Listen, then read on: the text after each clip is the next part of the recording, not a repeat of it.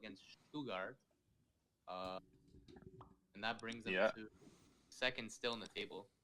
And then Yeah, it gives them some security to they'll probably end up finishing runners up, I think. Yeah. I don't think anyone's probably going to catch them for second.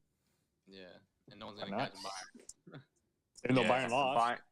Bayern is this Bayern could have clinched the trophy this weekend if they won. Yeah. But they faced a pretty persistent Mainz team who's been in good form lately, kind of battling out of relegation. They're in 12th place now. Yeah. Well, those 3 Yeah. points that they got will definitely help them a lot, actually. Oh, wow. Yeah, bumped them up. So from Yeah. 12th place from where they're at, even Hoffenheim with 36 points, at the relegation is 29. Yeah, even Hoffenheim. Hoffenheim has had 2 good results in a row, backed by Andre Kramaric. He's been playing superb for Hoffenheim. Mm-hmm. Got them 2 big wins in a row and kind of took them out of the relegation. But the relegation scrap in the Bundesliga right now is pretty intense. Like Schalke are already confirmed to be relegated, but between Hertha, Cool. Köln, Bielefeld, Bremen, Augsburg, Mainz, Maybe Hoffenheim. Yeah. maybe Hoffenheim, but it's pretty tight. Like there's a lot of teams like Hertha Berlin have 3 games in hand. It's like they've only played 28 games and they're on 26 points, so they could still climb up a little bit. So there's a lot of shifting that could be done at the bottom of the table there. So pretty interesting. But I think what's a little bit more interesting is definitely the top half of the table, from 3rd to maybe 6th. You can potentially say with Leverkusen. Yeah. I don't know, but Wolfsburg and Frankfurt both dropped points this weekend, which was, as a Dortmund fan, amazing to see. Yep. Huge. And then Leverkusen played a good game against Frankfurt with a big 3-1 dub. I know Bellarabi missed a couple chances, but it was Leon Bailey who's been in really good form lately. He scored 1, assisted 1, and then Andre Silva pulled one back, typical Andre Silva header, 90th minute. And then they closed it off 3-1. So that was big for Leverkusen because it kind of keeps them around in the talk to potentially talk about Europa League. But it was definitely bigger for Dortmund to kind of keep Frankfurt within touching distance. And then that Dortmund game against Wolfsburg was definitely a big result because that was like a 6-pointer. Like if you lose that game, then it's like you're dropping 3 points for yourself, but you're also giving a team that you're battling with 3 points. Yeah, so exactly. it was definitely a big game on the calendars, especially after they blew the game against Frankfurt late on, like right near the end of the game, which was like another 6-pointer. They blew that one, so they definitely had to make sure they got this one right. And I thought they played well. Like Wolfsburg was definitely dominating the game. Like Wolfsburg, they controlled possession for large portions of the game, even before the red card. But it was just like that one mistake from, I think it was miscommunication between Baku and Brooks, where Baku played the back pass Brooks. Oh, yeah. That was such a bad play. Yeah, and then Haaland just ran in behind, and then it was a good finish to get him behind. And then the Bellingham red card, that was definitely a tough blow for him, and it's tough too because it means that he's not going to be able to play against Leipzig, which is the next game in the league. So that's a pretty big game too, to be missing out with Jude. But it's one of those things. Like he's 17. At the end of the day, like he has a lot to learn, right? Like it's gonna happen, right? It was like, I think it was one of the youngest red cards that's ever been given out. So pretty interesting stat for his career. But once he got the red, Delaney came on, and Delaney, I thought, played excellent after missing almost about a month, like an Achilles injury. He came in, he played really well. It was almost like he was playing for 2 players, like the amount of ground he was covering. And same with Dahoud, like him and Dahoud in the midfield, they were just covering so much ground. And then Dahoud made that great pass into Haaland to kind of seal the game.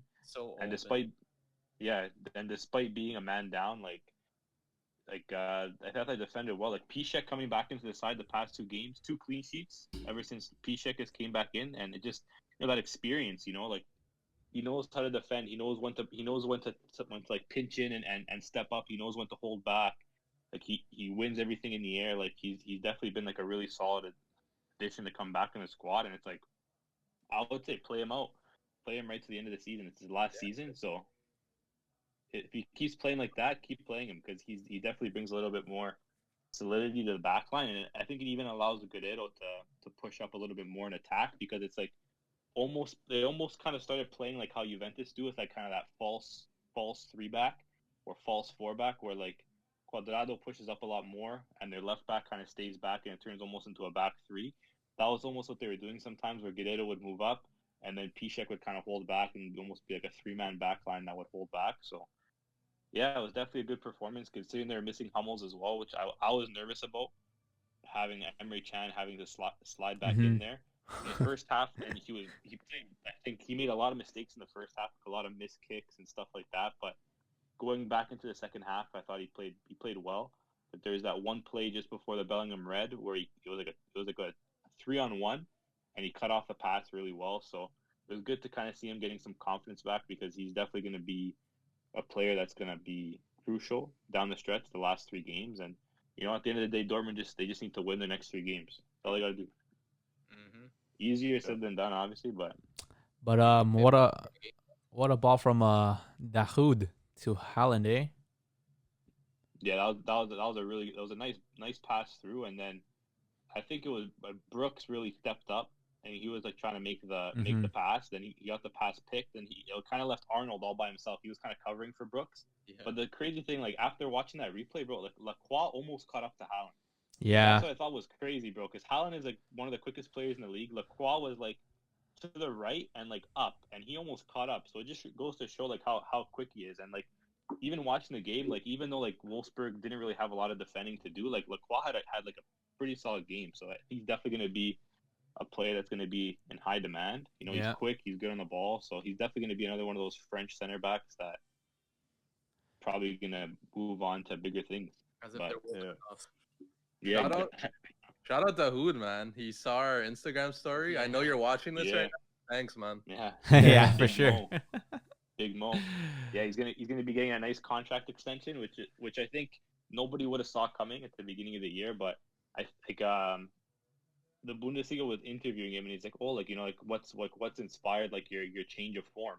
Like was it that goal against Sevilla? Like sometimes that can help." And he's like, "No, it's just like the coach trusts me." And it just goes to show sometimes, like, for some players, like, sometimes all you need is your coach to back you, and sometimes they go out and they can, perform to that level that they can. So it's good to see. Like, Terzic, obviously, he's not an experienced coach, like, tactically. Like, he probably doesn't really have, like, as much of a tactical mind as some of these other managers. He's but he's definitely he's definitely a player coach, not a team coach. Yeah. That's the thing. There's those type of coaches where like players will respect and love, and like they're not like scared to go out and perform. Like they feel like it's not just for like it's not like I'm gonna go out there and perform for the team, for the club. I'm gonna perform there for the coach, because I want to show the coach like just for such a good man that he is. I know, you know what I mean. Sometimes like if the coach kind of like gives players like a hard time, or like they're just really strict coaches. Some coaches are kind of like a little bit more laid back, but the players have that connection with them, right? So. Yeah, he's very passionate. Like every game you watch, you just hear him yelling for the full 90 minutes. Like, press, Jude, press, Gio, press. Like he just always like telling the players like to press or to drop back, whatever. So it's a good experience for him, and it was especially because he's been like a lifelong Dortmund fan. So imagine like having that opportunity as like a fan of your club, just to somehow fall ass backwards into the chance to coach your club like throughout the end of the season. It would be pretty cool, Grob Kreutz. Yeah, Grosskreutz too, man. Dortmund on 55 points, 1 point off of that Champions League spot. Do you think they can make that? It's looking like it's gonna happen. They've won, like, I don't know, they've been getting in like the consistency this year. Like, bro, they've lost 10 games in the league, which if you look at like the other teams in the top 4, no one's even close. Even if you go down to like the top 8, I think no one's even close to losing that many games. So it's either the season they've either been winning or they're losing. They've barely drawn any games, so it just kind of goes to show this season they've been really inconsistent. Obviously, changing the coach does that, but I think if you look at like the schedules, like I think Frankfurt on paper have like the easiest schedule. I think they have like Freiburg. I think they have Mainz. All 3 teams play Mainz, which is pretty interesting. But I know Dortmund have probably the tougher schedule on paper. They play Mainz. They have Leipzig. They have Mainz, and they have Leverkusen. And then they also have the Pokal to worry about. They have the Pokal against, I think, Holstein Kiel. And then if they win that game and if Leipzig win their game, then they have potentially Leipzig. So that's definitely tough. And then I think Wolfsburg have Mainz. They have Mainz, they have Leipzig, and they have Union Berlin. So Mainz and Leipzig, they both play same as Dortmund, and then Union Berlin and Leverkusen, you can kind of say are very similar. Like even just looking at the league position, they're pretty much neck and neck. So Wolfsburg and Dortmund, I think, are going to be the ones fighting it out, just because I think Frankfurt, I think, have the easiest kind of schedule, but you never know what can happen. Right? And it's huge for Dortmund, right? Because like, it's a make or break. Because if you don't make Champions League, you're gonna lose players. If you make Champions League, you're gonna keep players. You can see either Sancho or Haaland are gonna leave if they don't make Champions League. Can you see both of them leaving if they don't make it? Some players are like that. Some players aren't. They like, I don't know, they're not in like financial trouble, so like unless the players like request vocally, like, or want to leave, vocally request and like make a scene like players like Dembele and Aubameyang did, then they're not gonna just like force sell it. Like if an offer comes in that's, let's say, that is what they want for the player, then they're gonna take it. Like if a team comes in with like 160 million for Haaland or 120 million or whatever they want for Sancho, then they're gonna take it. But teams aren't gonna come in with that money, especially now. They're gonna try to lowball, and Dortmund don't need to sell. And like Sancho's happy, like everybody's happy. Haaland, I think, is the only one that kind of has that. I don't know. I think a lot of it's with his agent and the pressure. A little bit too, a lot of pressure, and a lot of like his agent wants him to move on, so obviously he can make those commissions and take advantage of it, right? Yeah. If there's anyone, like, I don't know, it's tough. Like if there's anyone I could see leaving this summer, if they don't make Champions League, it would probably be Haaland.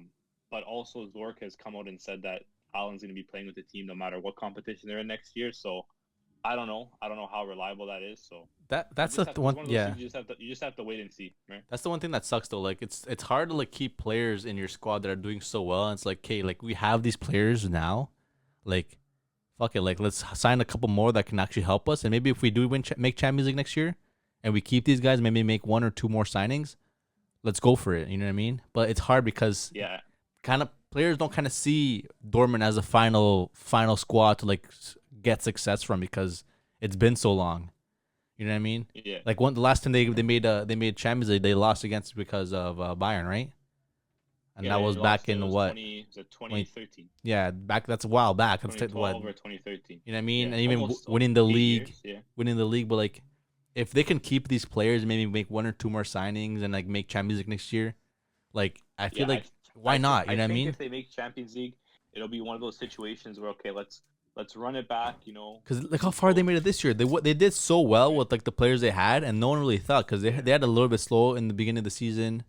They made it this far again, like replacing a couple players, like getting maybe a better goalie, maybe signing a better center back, maybe signing another like someone who can another winger because I know there's sometimes again with injuries, like you don't have to be playing like 17-year-olds all the time. Like Bellingham is definitely first team like quality. Who two in the middle, but maybe like a player to replace like Royce because I know Thorgan's there too. But Thorgan again, he's in and out of form. He's injured. Sancho gets injured sometimes. He's more of a winger. I don't know. This season I think was especially tough because it was like you had the beginning of the season Sancho was out of form, and then Haaland was kind of carrying. And Haaland got hurt, and Sancho was still out of form. Then that led to Favre getting fired.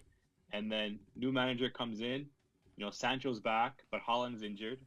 So you don't kind of have them together. So it's like at the times where Sancho's been playing well and Haaland's been healthy, they've looked really strong. But it's just been more of an issue this season to get them playing well and to get them both fit at the same time. It's been kind of the struggle. So I think if they make Champions League, it'll be one of those situations, okay, let's run it back, new coach, you know, get some more depth pieces in so we don't have to worry about, you know, relying on the kids all the time and go from there. But I definitely think goalie is a position that they've come out and said that they want to strengthen. Yeah. But it's going to be interesting because it's going to be a new manager, a new playing style. So it just depends like which players he sees fitting his play style. He doesn't, right? So. And that's the thing. It's going to be hard because I don't really see teams still. We're still in this hard times. We're still in COVID. No one's really making money. There's still these big teams in debt. Like, I don't know if someone's really going to go out there, if they're stupid enough to go out there and start dropping 150, 160 on a player. You know what I mean? And at that point, I'm like, you know what? Like, no, at that point, I'd understand if Dortmund didn't make Champions League and they did want to go win the league. And like at that point, like I would still sell him. Like, you know what I mean? 160 mil. like he's a great player. He's definitely a player you want to keep on your side. But again, you never know what's gonna happen in the future. You never know if he gets an injury next season. You never know if he's gonna like go down. You know what I mean? You might as well just cash out. It's a big cash out.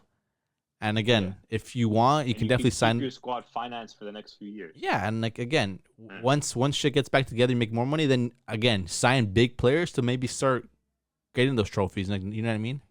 But there's definitely like a lot of questions. If they make the Champions League, if whoever they sell, whoever they keep. So yeah, but speaking of making the Champions League, Juventus possibly Champions League spot if Napoli win their game tomorrow. Tying Florentino 1-1. Chris, let's hear your thoughts. Yeah, it was a rough game. It was a rough game. Such a bad first half. Like sometimes, okay, I started to say this like the past couple of weeks, but Pirlo, his decision making, like when it comes to lineups, aren't good. Like today, he started like our three dookiest midfielders, and you can say it. Just say it. Shittiest or worst. I like dookiest. Garbage. and Rabiot, Bentancur, and Ramsey. Why is Ramsey touching the field when we're in a top 4 race right now with like 4 other teams? No, you don't play him. You just don't play him. You have McKennie and Arthur on the bench. Perfectly fine. I guess I get to the poker boys. Doesn't trust them. But like you have to. If you want to make top 4, you have to. But it wasn't until the second half when they started actually doing something. Because the first half, it was literally all Fiorentina. They had Rabiot was defending with his arms in the air for some reason. Handballed it. Yeah. Vlahovic, he's probably destined for something. He's a good player. Panenka goal, man. Little Panenka. Nice, yeah. Against even his Pirlo's hold-up team. play was good too. Like he was, he had to go up against Chiellini, Bonucci, and De Ligt. Like those are 3 like pretty prominent center backs, and he was doing well, like holding up the ball. Him and Ribery up top were really kind of creating danger the first half. Yeah, and the fact that they play with literally only those 2 guys up top and they're creating danger it shows how good of a player both obviously Ribery, but it shows how good a player Vlahovic is. In the second half, they made 2 subs right off the bat. They brought in McKennie and Morata. Oh, Kulusevski Morata.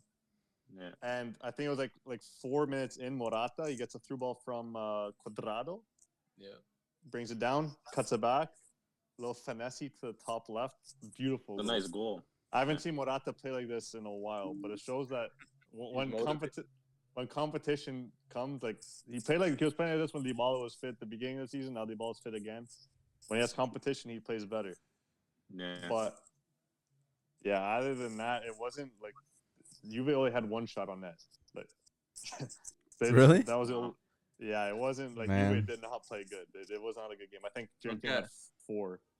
Pirlo in or Pirlo out? Well, obviously, if once they drop out of the top 4, it's gonna have to be Pirlo. If he could survive this top 4, then I'd say keep him for another season. Give him a midfield that he could actually work with, and then see how he does. But if he's not making top 4, then he's got to be out. You're gonna have to bring Allegri. What midfielder would you look for? No, I'd literally just go for Serie A proven players. Who would you go for? Locatelli, and I'm honestly I'd take DePaul because he's not gonna cost you much, and he's probably one of the best Serie A midfielders. If you're willing to spend a little bit more money, then yeah, you could take like Savage, but I'll take Locatelli, DePaul. We also had. I want to talk about this Udinese kid. Another UK talent, Braff. He came from Man City. He came from Man City. 70th minute came on, 73rd minute goal. Is this going to be another UK talent? He's English, yeah. Yeah. That's what happens when you leave England. Honestly, yeah, that's the thing. These English players, once they go out and like play in other countries, like they don't have that pressure, media pressure. He's Dutch, by the way. Was he? He's Dutch. Oh, good one, Spatty. I had a feeling, man. Man, do your research, brother. His voice, his last name didn't sound like it was from the UK. I saw on Twitter. But either way, he's a good talent. He's a good player. But yeah, even then, just English players leaving the country is a good thing. But then, yeah, Inter, another goal from Hakimi, assist to Darmian, wing back to wing back. Hakimi, man. Hakimi almost scored a free kick today too. Yeah, he's right off the post. He's fitting in nicely. Inter for winning the Scudetto. Yeah, Inter won the Scudetto. It's pretty much over. Basically. Hey, but good for them because they had one. They really wanted to go out there and that they had one trophy to win. They wanted one thing, and they went out and got it. Like signing all these players that were like someone saying like why signing these older players, why spending so much money on the right back. You know what I mean? Depth. And I know it shows. They got what they wanted, and look, it proves. Like, you know what I mean? I mean, it's what Conte does. He wins the league. Like he brought like a 7th, 8th place Juventus to win the Scudetto. He brought a 4th place Chelsea to win the Prem, and now he's doing it with Inter. He's a league merchant. He can't do it in Europe, but he does it in the league. But kudos. Yeah, Roma, another loss. They lost to Cagliari. Yeah, I saw that. They brought it back, but then They're Cagliari focusing on Europa League. Yeah, but they bro. yeah, they're not going to win anything. It looks like, but and then you got for the last game, you got Atalanta 5-0 to Bologna. Absolutely off the juice, these guys, bro. Yeah, these guys are in form, man. But tomorrow tomorrow we got AC Milan, Lazio. That game's gonna mean so much. If Lazio win, this top 4 race is gonna be extremely close. Because if Lazio will win, then they'll be on 61 points, but they'll still have a game in hand, so they could potentially be on 64 points. Yeah, this top 4 race is gonna be close. And Milan are in if pretty Napoli bad form. wins, they'd still be in 6th. Yeah. If AC Milan win, they go ahead of Juve. They're already. I think They're ahead. No, right now they're tied. Right now they're tied in points, but they're ahead. They're ahead. They're ahead still. Juve are ahead. What's the tiebreaker? Is it wins or is it head to head? Head to head, right? I believe it's head to head. Didn't Juve beat Milan? Yeah. Juve beat Milan. Yeah, they're ahead right now. So maybe it's goal. So if Napoli, it might no. No, Juve is ahead. Juve is in 3rd place. I think it might be wins. Juve is in 3rd place. Yeah, I'm not sure to be honest. For me, it shows Milan in 3rd place, but it could be because they still have a game in hand. Potentially, I'm not too sure. Maybe. Yeah, but anyways, tomorrow's games are gonna mean a lot. Yeah, especially for that 3rd, 4th, 5th, 6th area. Yeah, it's definitely wow. It's pretty. It's almost similar to the Bundesliga. Maybe even more so because you have Lazio involved too. It's like a pretty big fight. Every league, man. It's like from second to 6th. Every league right now, man. Yeah, every league is not. It's not the top. Prem. It's not but the Prem too. They're still fighting for 3rd, 4th, 5th. You're right. It's not the champion, but it's more like Champions League. Who's gonna make it? Spots in the league, right? Champions League, Euro. And like that's the thing. Like it's you can see teams that are like you never expected to be in Champions League next season, or like you can get those like they'll use. You know what I mean? Like the top 4, top 3. Yeah. Yeah, I mean, all the leagues have stuff going. Like it's literally like the leagues where the league is already settled, like Inter and City and Bayern. Those leagues, it's all like fight for Champions League. There's like a big Champions League race, and the other leagues, there's not much of a Champions League race. Like the first 4 is pretty much settled, but there's a huge title race, like in Madrid, in Barcelona, Sevilla, even potentially as well. Yeah. Can talk about that too. Like it's pretty crazy. Yeah, let's go on to that time. Speaking about Barcelona, yo, Matt, tell him what it is, boy. Big 2-1 win against Villarreal. 2 goals from Griezmann. Finally getting on the scoring sheet. He's been having a good 2021, man. Yeah. Getting his assists, man. Oscar Mingueza sent up a beautiful through ball. And amazing ball. Griezmann with a little dink right over the keeper into the net. Cheeky little finish. And he ended up scoring again like 10 minutes later. Yeah. Foyth tried to pass it back to the goalie.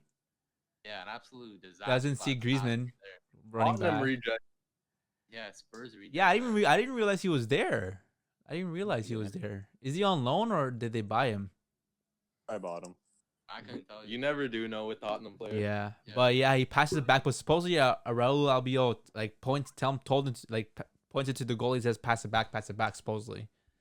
Yeah, but Foyth had his head down and yeah. he didn't look before he passed And it. Griezmann was already making that run. I think he had a feeling or something, and then he got to the He made a ball. smart run because no one saw him. And he Yeah, advanced past him. exactly. Got to the back, but Finished it. their goalie made a really good save. Is it Asensio? Senho. Asenjo. Yeah. He made a crucial yeah. save against De Jong in front of the net. Man, De Jong had an absolute performance. today, Masterclass bro. performance, just couldn't Scored. finish, man. Yeah, he could have had a brace, bro, at least. Yeah, Yo, yeah. I could comfortably say De Jong is a top 3 CM right now. Bro, I would agree. De Jong, who else, bro? Jude Bellingham. No. Kimmich. No. What? Nah, bro, I don't know about that. Bro, Not- Bellingham is not even the best center mid on his team, bro. Like, Yeah. bro, De Jong is so gifted. De Jong's so gifted, man. A box-to-box player, yes. De Jong for sure, top 3. He's everywhere, Probably man. like a De It's Jong, Ki- De Bruyne. Kimmich, Gundogan, Gundogan, yes. Verratti. Is he up there? Yeah, Bratti too. He had a good See? game today. Yeah, I'm saying like it's he's probably top 5, I would say. Yeah. Bro, he's top 3 this Yeah, season, these bro. Barca fans are biased, man. All the Barca players are top 3, eh? What? Nah, I'm saying messing. right now. Like, Yeah, man, I'm kidding. Yo, just relax. In current form, yeah. He could I would be. He say could so. be. You could give that a shot. Yeah. In form right now, I would say, De Jong is doing really well. Like, Villarreal could have came back to win that, man. Like Samuel Chukwueze was having a really good. yeah, he had a really good He's game. good, man. He's Bro, really he's a good. solid player, man. Like that one goal, like his first goal. or Yeah. second goal, rather, where he beat Ter Stegen. Like I saw a lot of people like getting mad at Ter Stegen for like kind of coming out and not. What else? Really, What like, else can you diving do with his though? hands, but rather diving with his feet, like he's a foot stocking. he's talking about me. Yeah. But bro, I don't know what Alba's doing. Like, bro, how's this guy slipping? He man? slipped, What's your SG but move? but What's that? like he wasn't the only person that slipped that game. There was a couple people that slipped that game. Yeah, but his slip led to a goal being scored. They You must have you let the don't. sprinklers on a little Yeah, too you long. don't think about that. You don't think you're gonna slip. He just slipped and he couldn't get that. But Chukwueze was nice, man. Like he was calm under pressure. He saw Ter Stegen coming out, went around him, and he scored. But then He was Griezmann scored. Griezmann scored a minute after. Yeah. Nice cheeky dink, man. But yeah, now they're tied for second with Madrid, who tied as well against Betis, right? Betis. Yeah, Betis. 0-0 draw. That's amazing Getting for big Barcelona. pretty open for Barca, the Yeah, league right now. yeah. Exactly, bro. And then Atletico Madrid. Oh my. 2-1 loss to Bilbao, man. That was a crazy game. Crazy, Back and forth, crazy back game, man. But again, man, are Madrid just crumbling under pressure? Atletico Madrid? Yeah, That's what they do, bro. They're serial bogglers. Simeone out, man. They don't know how to maintain a lead or maintain a title hope. It's time to go, man. Man, He's the top paid manager on the planet. Top paid for what reason? top paid for nothing, man. He hasn't. When's the last time he won a trophy with Atletico? 13, He's 14. top. He's top Holy paid for bringing Atletico top smokes, 4. man! Wow.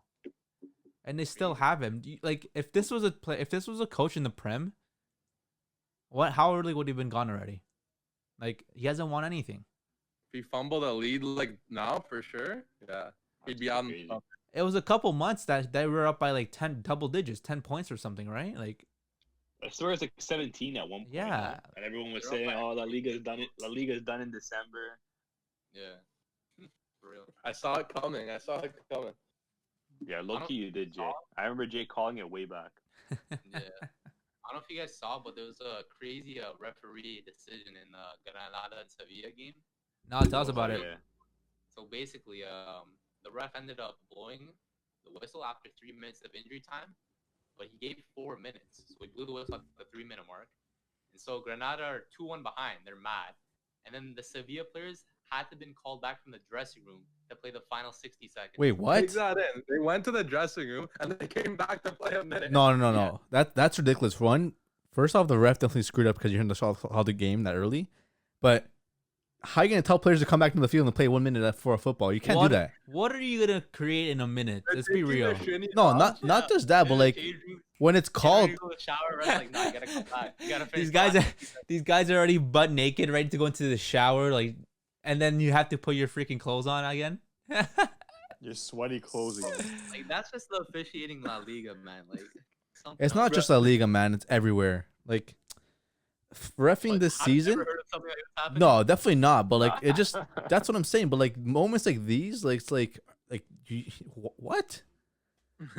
Bro, the players were typing into their phone +3 already. They're ready to post their Yeah. pictures. Yeah. They're already taking selfies in the changing room, bro. They're ready. Now, That's wild, bro. This brings up a question I want to ask you guys. Yeah. So you know how with players we see post-match interviews? Yeah. You guys think referees should do post-match? Yes. You know what? That would be a good one. But at the same time, That sounds like something they would do in the Super League. yes. And then you got like fan questions. All right, we got a It's not fan. a We bad got idea. James Matusnik from Toronto, Canada. He has a question here for you. LeBron, Toronto, Canada. What? Bro, He has a question here Just for you. What's wrong with you? just imagine after a game. All right, so today we have Mateo Lahoz. And so, Mateo, I was wondering, so how come in the 90th minute, when Barca had the ball in the box, and Ramos just terribly tackled Dembele in the box, studs up, cleats up, flying kick, yet no call was given, and not even to check the VAR. Can you explain your decision behind that? Yeah, tough one, isn't it? You got it wrong. We'll regroup tomorrow. Yeah, Bro, Madrid's got your envelope ready, by the way. Tough one, isn't it? Yeah, you guys definitely practiced this before. I didn't even know he was gonna do this. But yeah, even yeah.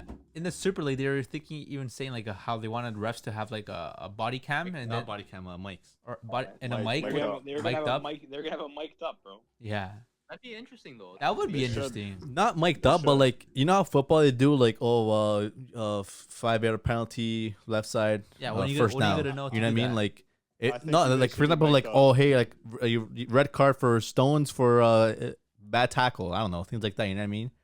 No, they should Yeah, just but be then mic'd up because you have to start making like legit Rules Like, now, and yeah. it's hard because like if you look at like sports, like let's say like in the NHL or NFL or even the NBA, like where they do that sometimes, like Because they stopped the it's usually play. because they have they stop the play and they have like strict rules that they Mhm. follow. Like if someone like let's say crosses the line or tugs a helmet or like cross checks or whatever, it's like they're stopping the play for that reason.